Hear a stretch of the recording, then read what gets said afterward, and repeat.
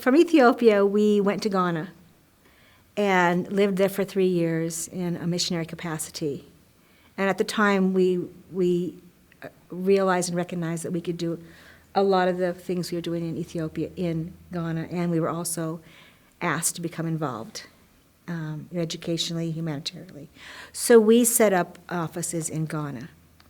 And from Ghana, we went to Sierra Leone. We were invited to go to Sierra Leone for a medical clinic there to work up in the Bow area of Sierra Leone. But I've been back and forth to Africa now many, many, many times. In the process, get to meet people, know people, and met a gentleman and his wife and stepchild, and became that stepchild's grandmother. I was her grandmother. So it was a very tumultuous relationship, a very troubling relationship, and the mother was a troubled young woman, but we were friends, and we, had relationship and connection. And they would either, when I was in Africa, we were with them a lot. When I wasn't in Africa, they would call all the time. We would talk. And one day, I realized, I haven't heard from my little friend for such a long time. I'm surprised they haven't called. And so I tried to call a couple times and nothing. And about 3 weeks went by. I said, this is really strange. It never goes this long. What's going on? So I made some phone calls and tried to find out a few things where if they'd seen this woman and her child. And my friend said, no, we think they're in the refugee camp. She was Liberian who was at the refugee camp there and in Ghana. And so I just started getting a really uncomfortable feeling.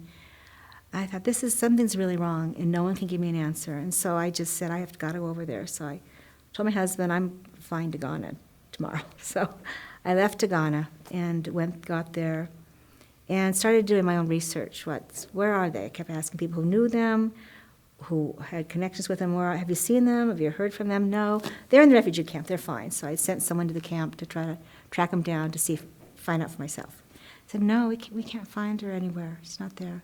So this is 2 or 3 days. And we kept getting funny stories, and I just knew this is way atypical. It's not normal at all. And then I got a phone call from this young girl. She's 9 at the time. And I said, where are you? Are you back in Liberia, in Monrovia? Where are you? And she said, no, I don't know where I am. I'm with some people. I said, well, can I talk to your mom? She said, she's in the marketplace getting her hair done or shopping or something. I said, well, I want to know where you are. Have your mom call me when she comes in. So for 2 days, we exchanged phone calls. And then she called again on the phone, and I had a Nigerian woman with me that was talking to her, that knew her as well. They were talking.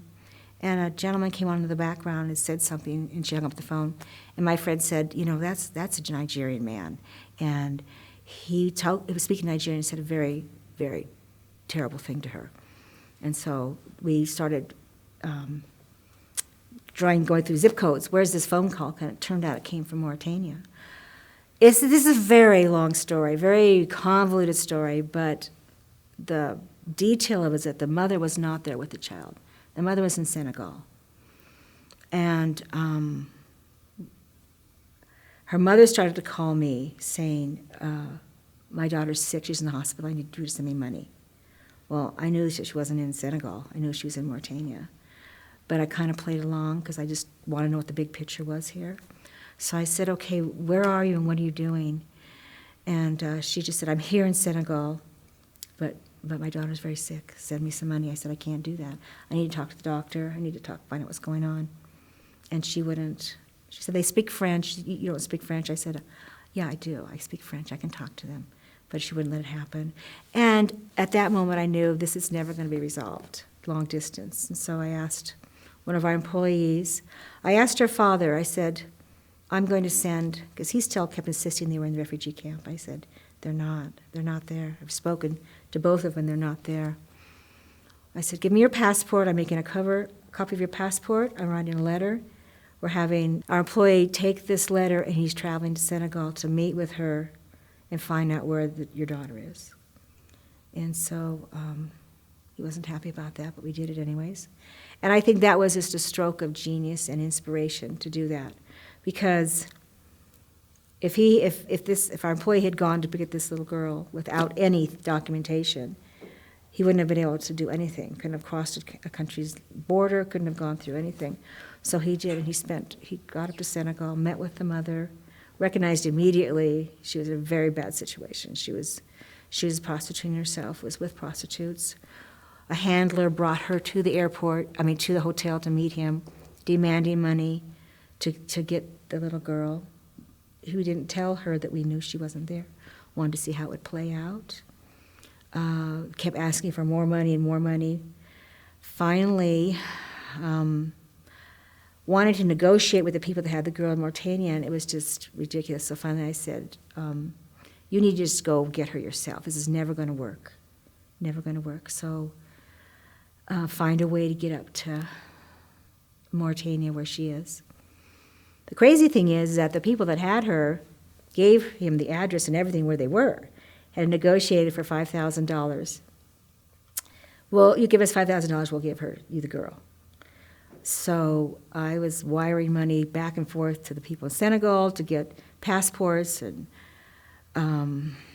trying to get enough money for him to travel, because I didn't send him with a lot of cash. This is now that the 5th day, been 5 days. So he went to the Mauritanian embassy, and you just don't get a visa to go to Mauritania. You just don't do that. As he's walking towards the Mauritanian consulate there to get a visa, the ambassador walks by. He's also a Muslim. Our employee had to pretend he was Muslim, because if they found out he was a Christian, they wouldn't work with him at all. And he had identified a policeman that was working with him, a taxi driver, and he was there on the pretense of business, not getting this girl. Bumps into the Mauritanian ambassador, strikes up a conversation. I don't know what the conversation was. Mentioned he needed to go to Mauritania to meet some business people in Nouakchott. And the ambassador said, "Oh, great, let me help you get a visa. Come on in, I'll get you a visa." So he literally had a visa within 3 hours, as opposed to a month. Was on his way, got through. And the interesting thing is, the one thing that the Mauritanian embassy people asked for was documentation of who he was. Well, he had this letter he said, "My boss's daughter's sick. I also have to do some business. I want to bring her back." He couldn't travel. They immediately Googled who Engaged in Africa was, saw we were legitimate, saw the letter, gave him his visa, and went. So, but that was just the beginning of the crazy. Because in Mauritania, it's a very, very dangerous country. It's an oppressive country. It's almost a lawless country.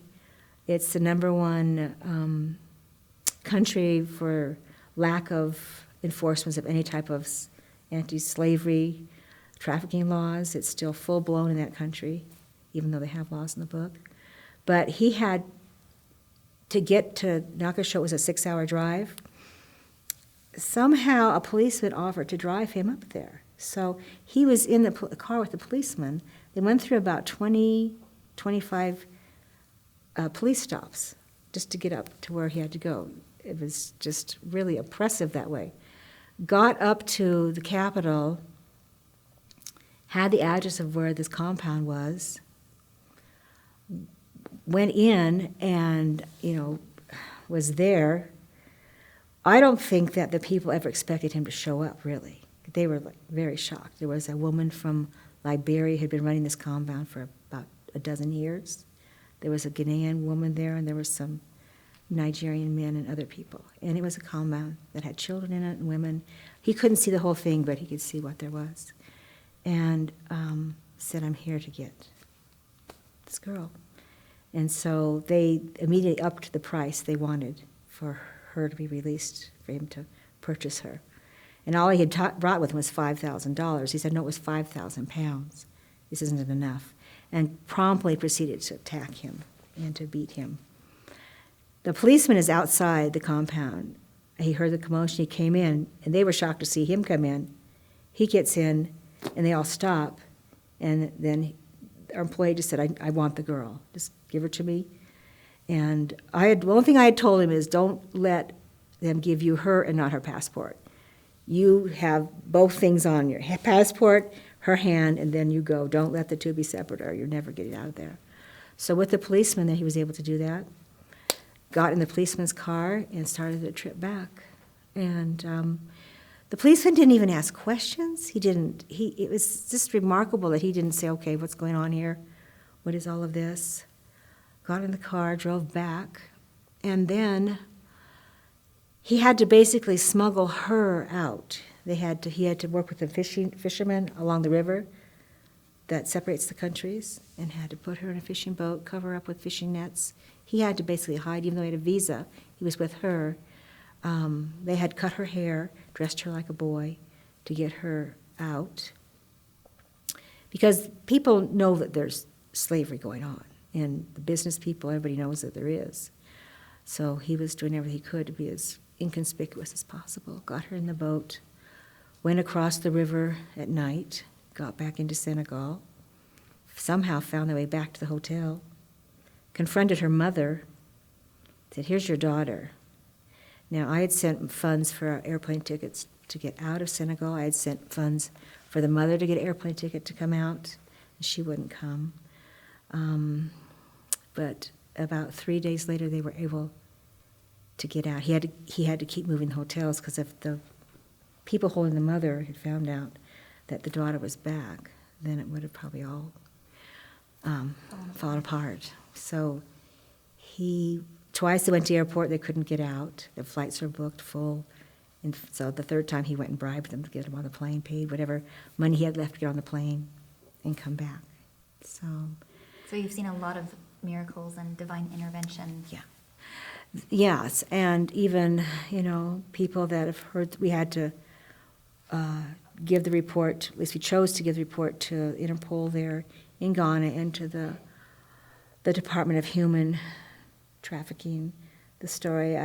If we didn't have photos, if he hadn't captured photos of them on the boat, of the police stop, somehow he was able, this was 5 years ago, so the technology was just new in cameras taking photos, but all his photos were clear. He had all of the documentations of, I don't know, he was a very bright man to do that, to capture all that. And then, as it turned out even, they had policemen, plainclothes policemen in the Ghanaian airport when they came through, because I had gone to the U.S. Embassy asking for help when I'd found out where she was. Unbeknownst to me, they had put plainclothes policemen in the airport in case they thought he was a trafficker, that he was being picked up for trafficking this little girl.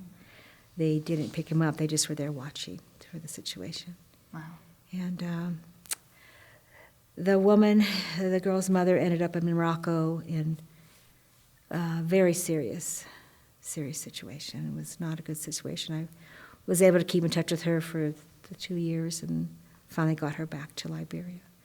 But it's not been, and in the process, finding out how these traffickers work, their long traveled paths and patterns. It's very well established, and it's gone on for years and years, and it continues to go on.